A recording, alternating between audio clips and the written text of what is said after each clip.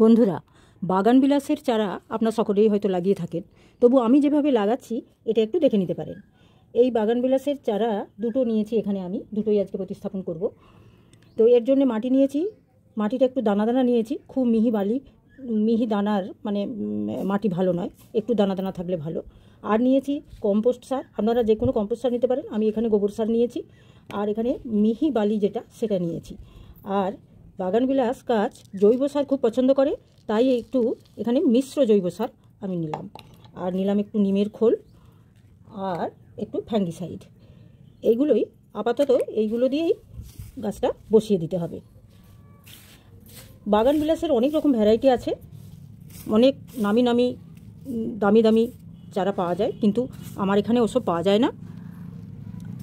আমি এটা স্থানীয় দোকানে পেয়েছি, সেটাই নিয়ে এসেছি আপনাদের কাছে, তাই দেখাচ্ছি প্রতিস্থাপন করে। দুটো চারাই আমি লাগিয়ে ফেললাম, জল ট্রেনে ছোল দিয়ে সহজেই বেরিয়ে গেল। এবার পরবর্তী খাবার দাবার আর পরবর্তী আপডেট এর কিছুদিন পরে আপনাদের দিয়ে দেব। এইভাবে আপনারা লাগান।